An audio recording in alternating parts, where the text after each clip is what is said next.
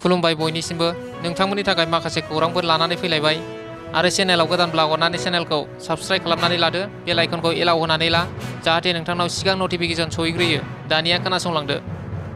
गिबि खौराङाव दङ बर' सावथुन नायनो मोजां मोनग्रा रायजो राजाफोरनि थाखाय गोजोनथाव खौरां बर'नि थै आबुं बर' सावथुननि ट्रेलारखौ बेखेवबाय रोंसार मोसाहारिनि दिहुननाय आरो सपन कुमार ब्रह्मनि बिथोन होनाय बर'नि थै सावथुनखौ मैया क'क्राझार सहरनि साखाथियाव थानाय खोदोमथलानि निर्बना गार्डेनाव दोनस्रि मोसाहारिया बेखेवना होयो आरो बे सावथुनाव गाहायै फाव खालामगोन सोरां ओम प्रकाश आरो संगिना ब्रह्म बिथांमोनहा आरो गोबां महरगिरिफोर दंबावो होनना मिथिहोयो आरो बे सावथुनखौनो बयनिख्रुइबो बांसिन महरगिरिफोर थानाय सावथुन जागोन होनना बुंथिदों सपन कुमार ब्रह्म बिथाङा बर'नि थै सावथुना आबुं महर मोननायनि उनाव बर'नि थै सावथुननि ट्रेलारखौ MG फिल्म प्रडाक्शन इउटुब चेनेलाव नुनो मोनगोन आरो बे सावथुनखौ फैगौ 13 सेप्तेम्बर दानाव आबुङै दिन्थिफुंनाय जागोन होनना मिथिहोयो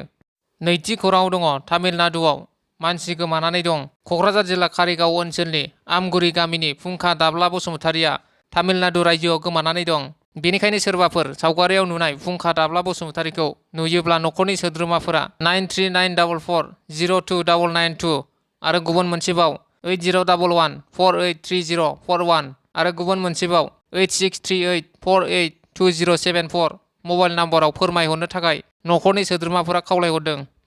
थामथि खौराङाव दङ रुनिमा नार्जारिया बेरामजों नाख्रेबजानानै दं रायजो राजाफोरनि मदद हास्थायदों चिरां जिल्ला बेंटल देउलगुरि गामिनि थागिबि जोंलारि नार्जारिनि बिसि रुनिमा नार्जारिया गोब्राब बेरामजों गोबाव समनिफ्रायनो नाख्रेबजानानै दङ बेनिखायनो दुखुथिया न'खरनो जा एसे हायो राङारि मदद हरनो बयखौबो खावलायहरबाय account number 401119388840 IBC code SBIN 0007171 आरो थोंजोङै 8133062907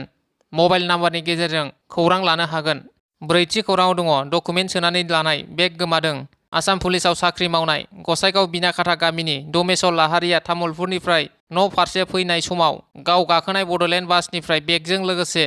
माखासे गोनां डकुमेन्ट्स सोनानै लानाय बेगखौ सोरबा सिनाय मोनै सुबुङा लानानै थांफ्लाङो बेनिखायनो बेगजों लोगोसे माखासे गोनां डकुमेन्टफोर थानाय बेगखौ जाय सुबुङा लांफ्लांदों 8011192230 नाम्बाराव खौरां हरनो थाखाय डमेसल लाहारिया खावलायहरदों बाथि खौराङाव दङ हाबा जाखानाय सासे आइजोआ गोमानानै दं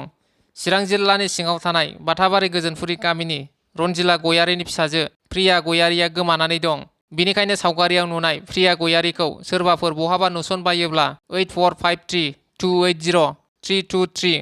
मबाइल नाम्बारनि गेजेरजों खौरां हरनो खावलायहरदों न'खरनि सुबुङा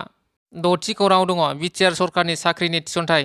क'क्राझारनि सान्दामारियाव थानाय कालचारेल कमप्लेक्स अडिट'रियाम हलाव टेट उथ्रिसारनाय सा 900 बिजाथिफोरनो दिनै एपइन्टमेन्ट लेटारखौ प्रमद बर'नि दैदेननाय बिटिआर सरकारनिफ्राय गथायगोन LP UPनिफ्राय बर' असमिया बेंगलि हिन्दीआव सा 900 बिजाथिफोरनो थिसनथाइ बिलाइ होगोन LPआव सा 643 आरो UPआव सा 257 लोगो फोरोंगिरिफोरखौ थिसनगोन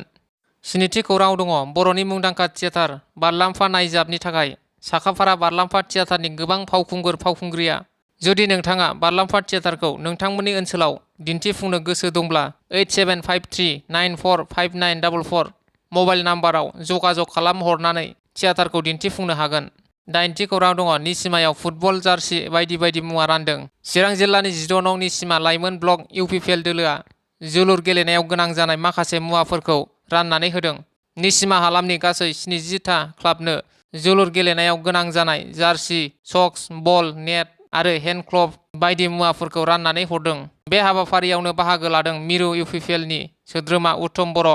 आरो निसिमा लाइमोन ब्लकनि आफादगिरि जनि नार्जारिया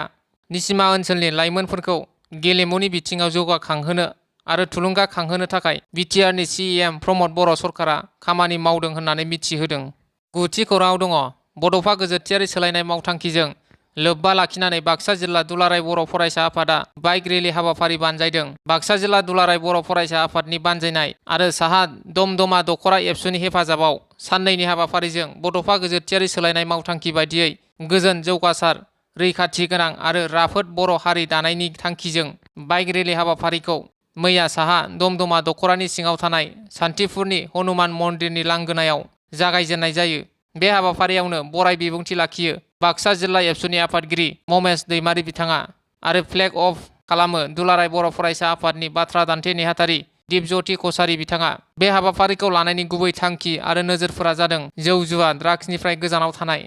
उन्दै बैसोआव हाबा जानायनिफ्राय जानगाराव थानाय, सांग्रांथि गैयै गारि मटर सालायनायनिफ्राय जानगाराव थानाय, मानसि लांखारनायखौ होबथानाय, दायना दायनि एबा खोमसि फोथायनायखौ फोसाबनाय, हिन्जावसाफोरखौ आथोनारि नाख्रेबनायनिफ्राय रैखा खालाम, गोग्गो सोलोंथाइजों बर' माहारिखौ गेरेमसा माहारि दानाय,